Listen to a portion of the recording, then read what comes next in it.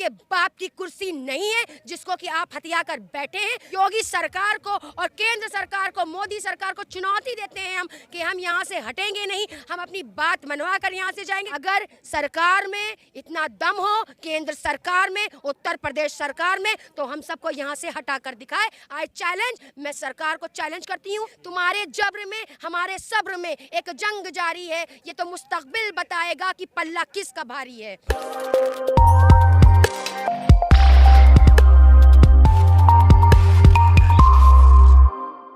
नमस्कार, आपके साथ मैं हूं आकिल रजा। गाजीपुर बॉर्डर पर इस वक्त मैं मौजूद हूं। मेरे साथ हैं उज़्मा परवीन।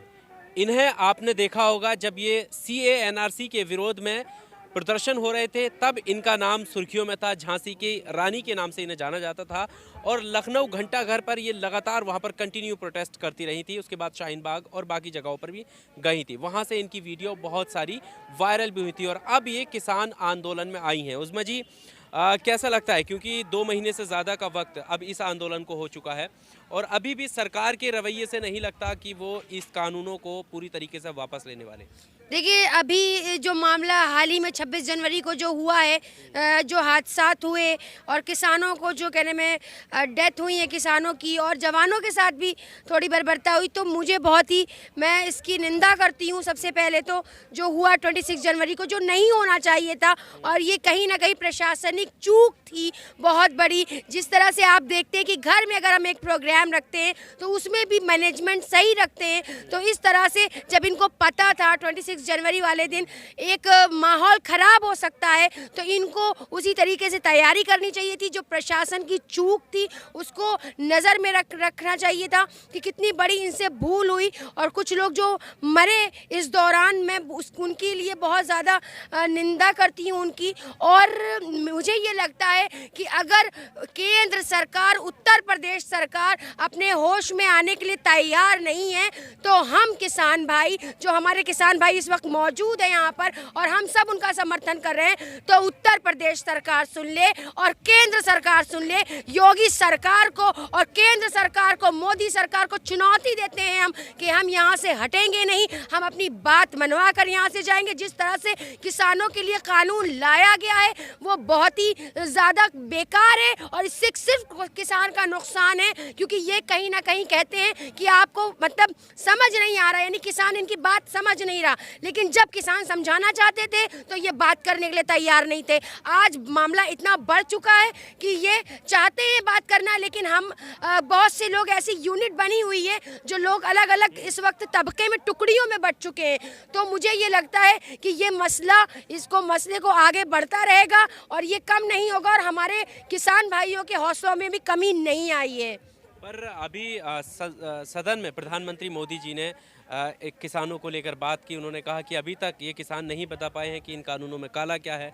इसके अलावा आंदोलन जी भी एक शब्द दिया है जो यहाँ पर प्रदर्शन कर। अभी तो मोदी जी भी नहीं बता पाए हैं कि उनके अंदर घोटाला क्या है, ठीक है, क्योंकि अभी तो वो नहीं बता पाए कि उन्होंने कितने घोटाले किए हैं। और मोदी सरकार ये सुन ले कि हम जो प्रण ले चुके हैं, आगे हम बढ़ चुके हैं और हमारा किसान भाई आगे बढ़ चुका है। अब हम पीछे हटने वाले नहीं। ये जो आपकी लाठी और डंडे और जिस तरह से आपने बैरिकेटिंग्स लगा रखी, जगह जगह लोगों को रोक रखा है, तो हम पीछे हटने वाले नहीं हैं। हमारे इरादे, हमारे हौसले मजबूत हैं। इस वक्त पूरा भारत देश हमारे किसान भाइयों का साथ दे रहा है।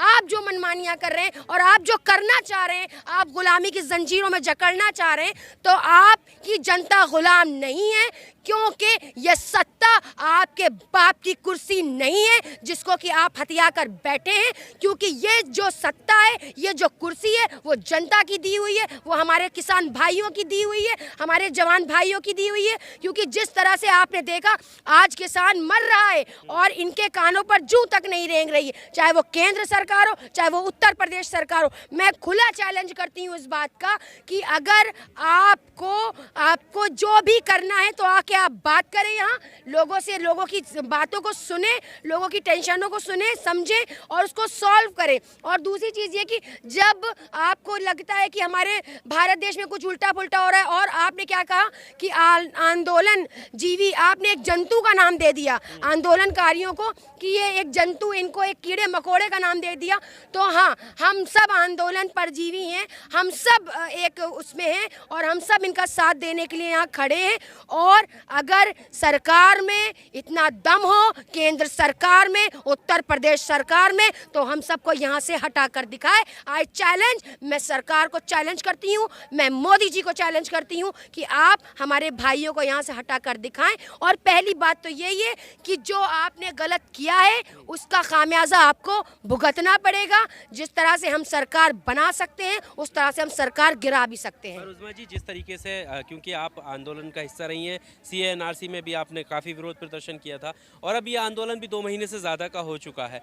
ऐसे कितने सारे, जब भी मोदी सरकार कोई कानून लाई है, विरोध हुए। ट्रिपल तलाक का भी विरोध हुआ था, धारा 370 का विरोध हुआ, लेकिन वापसी के रास्ते पे सरकार नहीं गई है, वापस नहीं हुआ कुछ भी। अब लगता है आपको कि ये कानून वापस, ये हट धर्म सरकार है, ये ऐसे तो वापस लेगी नहीं, लेकिन इसके लिए उसको कहीं ना कहीं सोचना समझना चाहिए मोदी सरकार को, क्योंकि ये अपनी हट धर्मता करते जा रहे हैं। ये अपना ईगो, इनके अंदर ईगो आ चुका है, इनको कुछ समझ में नहीं आ रहा, क्योंकि इनको इस वक्त अपने सिर्फ वोट से मतलब है और नोट से मतलब है। मैं बार बार यही कहती हूँ कि इनको जनता की भलाई नहीं दिखाई देती, इनको बेरोजगारी दिखाई नहीं देती। इस वक्त किसान आज 2 महीने से अपना घर बार बीवी बच्चे छोड़कर आज जो यहाँ पड़ा हुआ है, वो क्यों पड़ा हुआ है? अपने हक के लिए पड़ा हुआ है ना, अपने अधिकारों के लिए पड़ा है। किसी को शौक नहीं है सड़कों पर आकर आंदोलन करने का। अगर आप इस कानून को वापस लेते हैं तो हमारे किसान भाई अपने चुपचाप अपने घरों को लौट जाएंगे, क्योंकि इसमें किसान का भी नुकसान हो रहा है ना, क्योंकि फसल वो बो नहीं पा रहा, वो अपनी चीज़ों को कर नहीं पा रहा। और आप सोच रहे हैं कि किसान एक तरफ बैठा है। अगर हमारे किसान भाइयों ने अगर चक्का जाम करने का अगर ठान लिया तो मोदी सरकार भी इसे रोक नहीं पाएगी। जब तक हमारा किसान खामोश बैठा है, वो सब्र कर रहा है। मैं बार बार ये शेर कहती हूँ कि तुम्हारे जब्र में हमारे सब्र में, यानी हमारे किसान भाइयों के सब्र में, तुम्हारे जब्र में हमारे सब्र में एक जंग जारी है। ये तो मुस्तकबिल बताएगा कि पल्ला किसका भारी है। पर ऐसा क्यों है कि हर कानून का विरोध हो रहा है? क्या एक भी काम सरकार ने ऐसा नहीं किया? देखिए, सरकार ने कोई भी ऐसा काम अच्छा नहीं किया जिस तरह से कानून ला कर सबका दिमाग खराब कर रहे हैं, काले कानून, जिससे किसी का कोई फायदा नहीं। ये सिर्फ मुद्दा भटकाने का काम है। इनका काम है लोगों को भटकाओ, जनता को भटकाओ, जनता को सड़कों पर लाओ, वो परेशान हो। सिर्फ इन्होंने एक मुद्दा सीख लिया, कानून लाना। कभी ये लव जिहाद ले आते, कभी ये क्या नाम है CANRC ले आते, कभी ये MSP का कानून ले आते। ये कैसे कानूनों की बात करते हैं? जब जनता ही आपसे सहमत नहीं है, जनता ही आपका विरोध करने पर लगी, तो आप किस तरह के कानून की बात करते हैं? नहीं, वो जैसे अभी आपने लव जिहाद का जिक्र किया, लव जिहाद वो इसलिए ला रहे हैं कि जिन लड़कियों को बहला फुसलाकर या गलत तरीके से धर्मांतरण किया जा रहा है, अगर उनको इंसाफ मिल रहा है तो इसमें दिक्कत। देखिए, 32 मामले ऐसे यूपी में थे जिसमें लव जिहाद पाया गया, लेकिन वो 32 लाख पीड़िताएं जिनका बलात्कार हुआ, जिनका यौन शोषण होता है, जिनका रेप होता है, वो 32 लाख मामले योगी जी हमारे क्यों नहीं निकाल कर लाते? और वो 32 लड़कियां जो अपनी मर्जी से शादी करती, उनकी लाइफ में इंटरफेयर करना, उनकी पर्सनल जिंदगी में, उनकी निजी जिंदगी में दखल अंदाजी करना। जब हमारे पेरेंट्स दखल अंदाजी नहीं कर सकते, हमारा एरिया, हमारा कॉलोनी दखल अंदाजी नहीं कर सकता, तो यह सरकार कौन होती है किसी की पर्सनल लाइफ में इंटरफेयर करने वाली?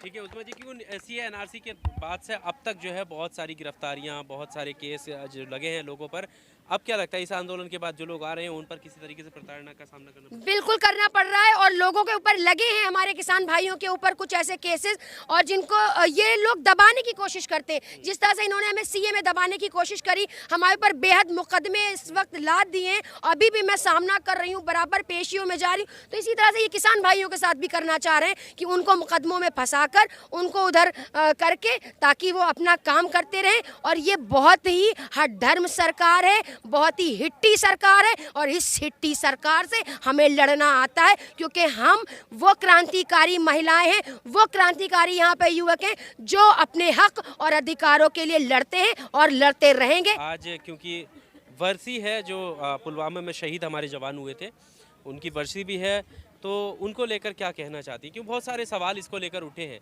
बहुत सारे आरोप लगे हैं सरकार के ऊपर और वहाँ की सुरक्षा को लेकर, आपको क्या लगता है? देखिए, अभी तक के जो दूसरे मुल्कों से आए आरडीएक्स लेकर और हमारे जवान जो शहीद हुए पुलवामा में, तो मैं तो उनको विनम्र श्रद्धांजलि देती हूँ सबसे पहले। और दूसरी चीज़ ये कि आपके मुल्क में, आपके वतन में कोई घुसकर आता है घुसपैठिया और आपके जवानों को शहीद करके चला जाता है, उसकी खबर आपको नहीं है। लेकिन आपके भारत के अंदर अगर कोई विरोध करता है और अगर एक कदम आपके खिलाफ बढ़ाता है तो आप उसके खिलाफ मुकदमा लिख देते, आप उसे देशद्रोही साबित कर देते, आप उसे खालिस्तानी साबित कर देते, आप किसी को पाकिस्तानी साबित कर देते। तो आप क्या हैं? आप क्या हैं? आप अपनी बताएं, आप अपना सबूत दें, क्योंकि आपने जो घोटाले कर रखे उसका किसी को कोई वो नहीं।